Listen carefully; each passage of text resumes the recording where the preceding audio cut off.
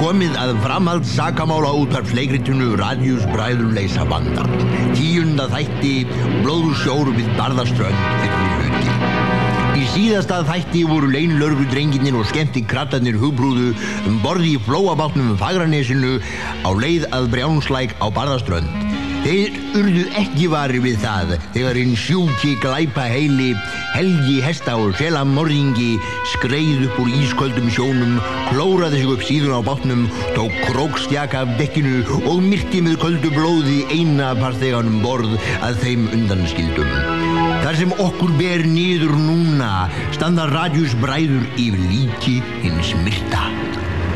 Þetta nú ljótan Steini minn, en við getum huggað okkur við það að morðinginn hefur ekki farið langt. Við erum jú úti á Rúmsjó, eða miðjum Breiðafirði. Já. Og þar af leiðir að þetta sakamál verður auðvelt viðureignar. Þú hefur fullkomna fjarvistarsönnun, þú varst á klostunum með mér. Og þar af leiðandi hefur þú einnig fullkomna fjarvistarsönnun þar sem þú varst þar með mér. Já, en Davíð, ég hugsa við ætlum ekki að hafa hátt það. Við skildum vera saman á klostinu, það gæti misskilist. Skyndilega birtist kokkurinn, en hann flóttalegur ungur maður með sítt að aftan.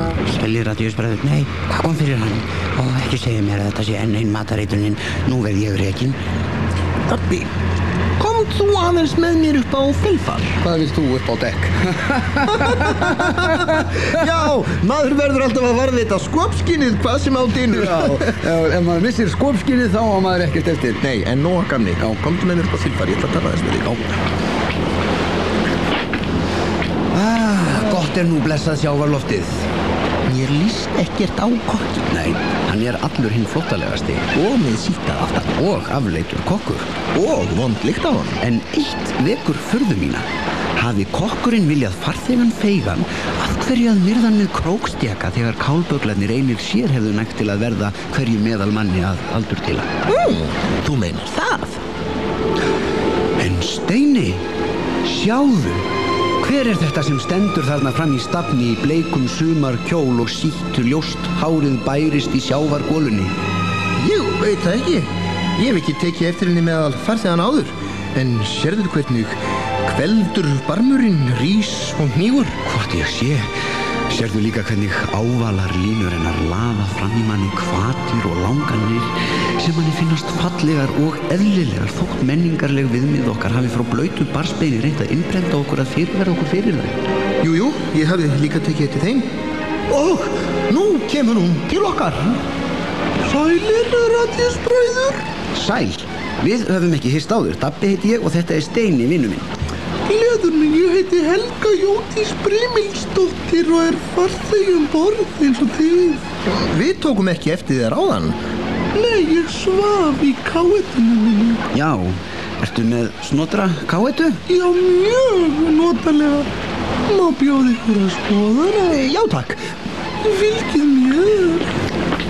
Steini, segðu hvernig hún dillar mjöðmál erkvísnilega til okkar eins og eini tilgangur sitjandans á henni sé að gleðja karlmenn og svala kvöldum. Já, og sérðu hvað kjóllin fleginn niður bakið? Það er ljóst að hún ekki í neinum brjóstarhaldara. Ég hafði tekið eftir því. Sérðu líka ef þú rýnir í lendarinnar eins og ég hef verið að gera. Þar mótar hvergi fyrir einni nærbuxna teygju. Jæja, drengir, hér er það. Gangið í bóginn. Takk. Lokaðu hurðinni, Steini. Já. Kræktist hurðahóllinn í kjólinn minn og reif hann utan á mér. Þetta er vandræðilegt, Dabbi. En þú tekur samt væntanlega eftir því að ég hafði rétt fyrir mér varðandi brjóstarhöldin. Jú, Mingil og Sköp og ég hafði rétt fyrir mér varðandi nærbuxnateygju. Og nú fell ég aftur fyrir mig í öldurótinu og ligg hér á bakinu. Ég skal hjálpa þér. Hvílíkt öldurót. Fell ég ekki líka hér ofan á þig í kojunni? Mikið er skyndilega orðið vond í sjóin hér. Dett ég líka. Upp í kojuna til ykkar þriggja. Steini, mér finnst ég hafa heyrt þetta áður. Dabbi, ekki vera að tala það núna. Nei, ok.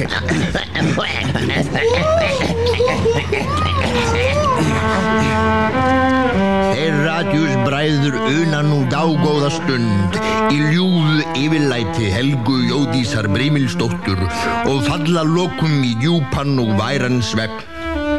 Þegar Dabbi vaknar, gerir hann sér enga grein fyrir því hvað tímanum hefur liðið. Steini, vaknaðu. Hvað? Heyrðu, það slökkt á vélinni. Já, heldur að við séum komnir í höfn? Það vona ég ekki, við eigum eftir að leysa sakamálið. Jæja, nú kíki ég út kýraugað og sé að við erum út á miðjum Breiðafirði enn. Þetta undarlegt. Og hvar er Helga? Það veit ég ekki, en nú verðum við að klæða okkur og hefjast handa við lausn morðmálsins. Já.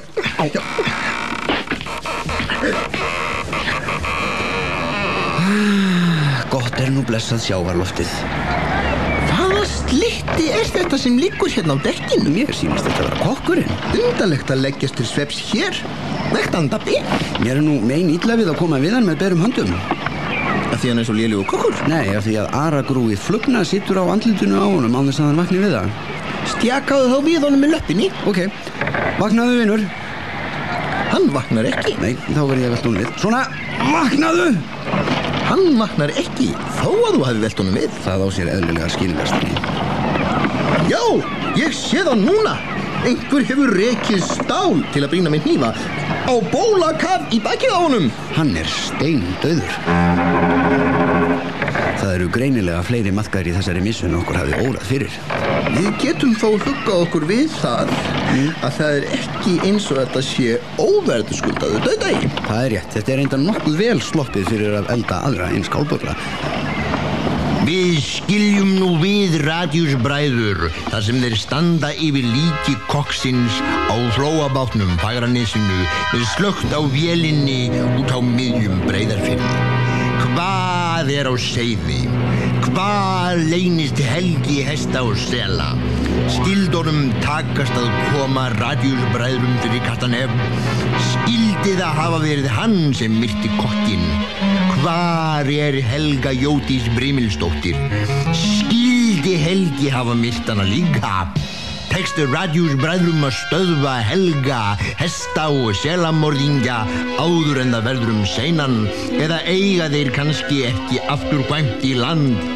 Fylgist spennt með næsta þætti þessa æsi spennandi sakamáls, 11. þætti, Blóðsjór við Barðaströnd, seinni hluti.